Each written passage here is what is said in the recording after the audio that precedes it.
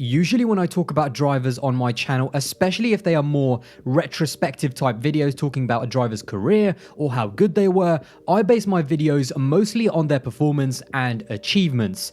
This video, however, will be a bit of a departure from my usual content because instead of focusing on a driver's achievements, I'm going to be doing more of a character study video looking at Sebastian Vettel. Now, Seb is easily my favorite driver to cover on a video because he has had not only such an amazing career, but as a person, he is so complex and just amazing to analyze because fundamentally he has got so many layers to both his character and career as well. So in this video, I'm going to be looking into the more emotional aspect of Formula One, both from the drivers and fans side, by asking how did Sebastian Vettel go from the most hated driver on the grid to the most loved driver in Formula One.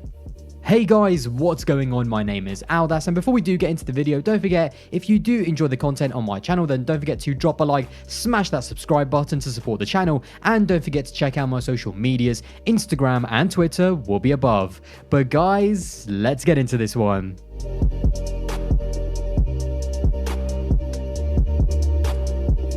Now, I think it's very important to say right off the bat that during the Red Bull era, Vettel was not only hated by the fans, but also some of his fellow drivers as well. But why was this? Well, the easiest place to start is that he was a serial winner.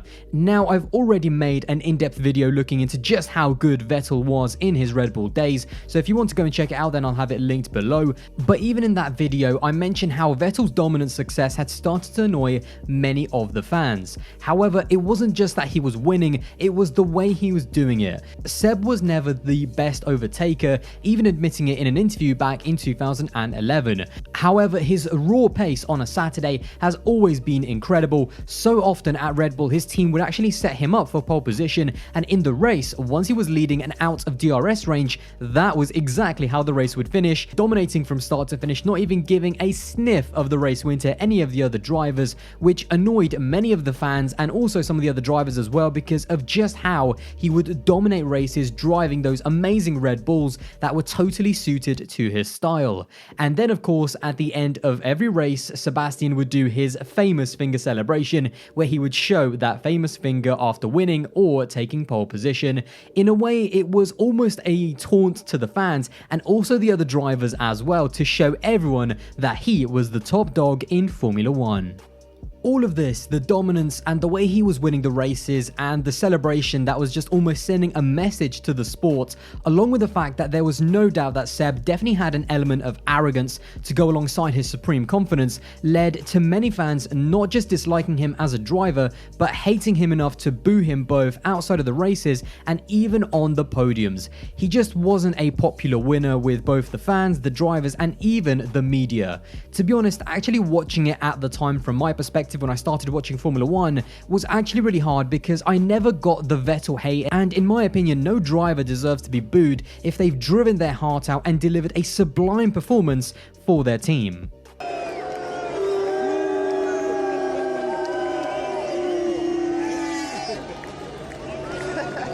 Boss called it faultless, bar the lockup, and yet still some of the fans booed you. Why do you think that is? Yeah, it's we are in Italy, you know, I'm dressed in blue. Yeah, but it's happened in Canada and Silverstone now. It's a bit of a theme developing. It's extreme here, so... And I know you're making light of it now, but you are only human. Booing must get you at some point, mustn't it?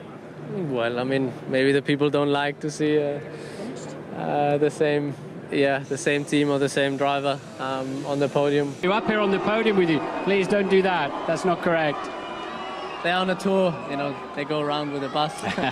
Now, not only was he hated by many of the fans, but he was also not particularly liked by his fellow drivers as well, which almost added just more fuel to the fire. The dislike from the other drivers were twofold. On one side, you had his teammate Mark Webber. Now, Mark always felt like Vettel was getting preferential treatment at Red Bull and also didn't like his cockiness and unapologetic character.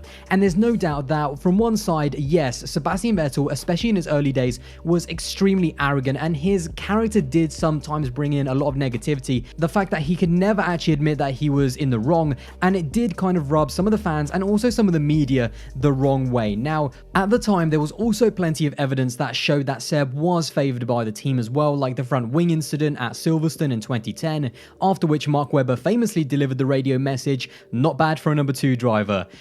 Well done, Mark. You drove very well today. Great job. You won the British Grand Prix. Well done. Fantastic, guys. Not bad for a number 2 driver. Cheers. And saying not bad for a number 2 driver. That's a very clear message. Then the famous 2010 Turkey collision between the two teammates, which although everyone saw was Seb's fault for moving across dangerously, Seb never admitted any guilt and again seemed arrogant and unapologetic, which never went down well with either Mark or the other drivers as well. Obviously at that time I was the leading car, so usually the leader then dictates where to go. And how can we forget the famous Multi-21 incident at Malaysia in 2013, which almost more than anything else put Seb in the firing line for criticism from both the media, his fellow drivers and the fans as well, with Mark again showing his frustration at how the team dealt with Vettel not following team orders. After this last stop, obviously the team told me that the race was over, and we turned the engines down and we go to the end. In the end, Seb made his own decisions today, and we'll have protection as usual, and that's the way it goes. But it wasn't just his teammate that disliked Seb. On the other side, we had the likes of Lewis Hamilton, Jenson Button, and Fernando Alonso. Now, as far as Jenson and Lewis, they never said anything directly hateful, but you could just tell with some of the passive-aggressive comments and also the slight digs at Seb as well. For example, Jenson Button came out and said that Vettel was too accident-prone, and then Lewis Hamilton, quite ironically, given what's happened since, dubbed Vettel's dominance as boring and bad for Formula 1. Fernando in particular was never shy to throw the odd comment towards Vettel, even questioning the legitimacy of his championships and what he would do without the dominant cars of Adrian Newey. Alain Prost, who also has 4 titles. Sebastian Vettel has won his 4 consecutive titles at the same time before Alain had even won his first Grand Prix. But do you put Sebastian into the same category as Alain Prost and Ayrton Senna? I don't know, time will tell us. When he will have a car like the others, if he wins, he will be one of the legends in Formula 1. When one day he has a car like the others and he's 4th, 5th, 7th, these 4 titles will be bad news for him, because people will take these 4 titles even in a worse manner than what they are doing now. So there are interesting times for Sebastian coming. I think for the fans and drivers, the Multi-21 incident was just the absolute tipping point. He had been the villain, he had gone against the team, and then to have the season that he had in 2013 being a record-breaking season and going on to dominate the championship again, it all just came crashing down. So as far as the Vettel hate, I'm not going to go out and say that it was totally undeserved, because at times Seb did show a lack of class and accountability, something that you can't really say about Lewis Hamilton in his era of dominance. But if I'm being really honest, I absolutely loved it. Seb was so good that it almost seemed like he thrived being the villain in Formula 1, the one they all hated. It almost seemed like it made him drive better and reach a new level, particularly in 2013. And as a Vettel fan, it was oddly satisfying actually seeing Vettel win to the chorus of boos and criticism, knowing that he was just living rent-free in everybody's head at the time, and that just made his success so much more sweeter.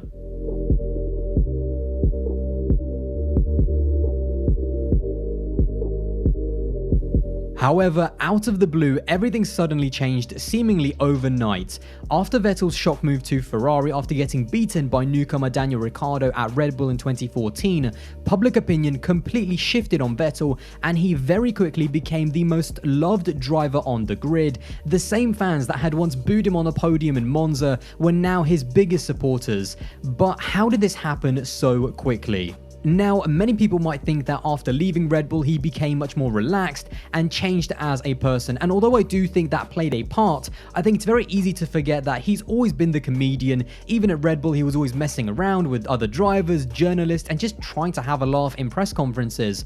But when the pressure of winning and the hate that came with that came off his shoulders, I think the community started to appreciate him more and more for who he really was.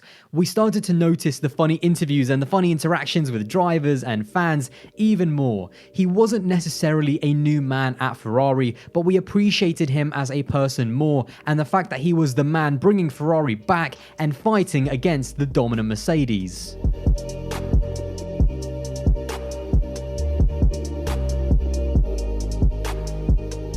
So how did we get to where we are today? Why is Seb so much more loved now compared to his days at Red Bull? How can a driver in the space of less than 10 years go from being booed on the podium at every race and secretly kind of hated by the other drivers, become the most loved man in F1 and even liked by the same drivers that once hated him? Well, in my opinion, that's a very easy answer. It's because he is not winning or dominating as much anymore. This is a bit of a dirty truth or a hidden reality in Formula 1 that fans will never want to admit to themselves, but they know in the back of their mind that when a driver is dominating the sport, a large part of the fan base tends to root against them. And this is something, by the way, that applies to all of the drivers that have ever dominated over the years in Formula 1. Vettel is not the exception, but Seb is just the easiest example, especially with the growth of social media, because I feel like social media just amplifies everything that the fans are feeling, whether it's negative or it's positive as well. It's also where we see more and more of what the drivers are like outside of the cars. And now in 2020 and over the past few years, it's just become so easy to root for Seb because he is not only a great person, but his wins and his achievements feel more special because they don't happen as often as they did, and more often than not, they feel like a win for the underdog, and who does not love an underdog? Again, Vettel is just the example. When I started watching Formula 1 in peak Vettel dominance era, it almost felt the same like watching Fernando win, because winning in those mediocre Ferraris that weren't anywhere near as good as the Red Bulls, doing the impossible and taking them to title deciders, it felt like a win for the underdog, and in a similar way, they almost felt a little bit more special than when we saw Sebastian win. However, as far as the hate that Seb endured at the time, at first I never really understood it, but now over the years transitioning from Red Bull to Mercedes dominance, it's crystal clear that with winning and especially dominating a sport like Vettel did and Hamilton is doing now, it seems that the longer it goes on for, the more people are going to jump on the hate train and try to diminish both you as a person and your achievements with your team. To summarize, in a strange way making this video, I realized that many people who are huge Seb fans now probably wouldn't have been 10 years ago. It's very easy to say to yourself that you wouldn't have jumped on the hate train, but it's much more difficult to have that accountability and say to yourself, do you know what, I probably would have been one of those people that hated Vettel, but it's strange how things change over time. And I suppose the key point from this video and the key message I want to say is that don't be one of those people that hates on other people's success, both individual and within a team, because although you might hate the driver now for dominating, in a strange and kind of hypocritical way, you might find yourself liking that driver in the future once he is not dominating. So yeah, you know, hindsight is 2020 obviously, and it's very difficult to say what people would have been like now compared to, you know, 10 years ago, because again, just like with Sebastian Vettel, there were so many people that hated him 10 years ago, and now he's one of the most loved drivers on the grid, and in my opinion, rightly so. Well guys, there you go. That is my video looking at Sebastian Vettel. Now let me know your thoughts in the comments below, and also let me know what did you think of the public perception and also the perception of the other drivers at Sebastian Vettel at the start of the previous decade during his Red Bull dominance. Now I hope you did enjoy this video, and if you did, don't forget to drop a like, smash that subscribe button to support the channel, and don't forget to check out my social medias. Instagram and Twitter will be above, and guys, I will see you in the next one. Bye guys.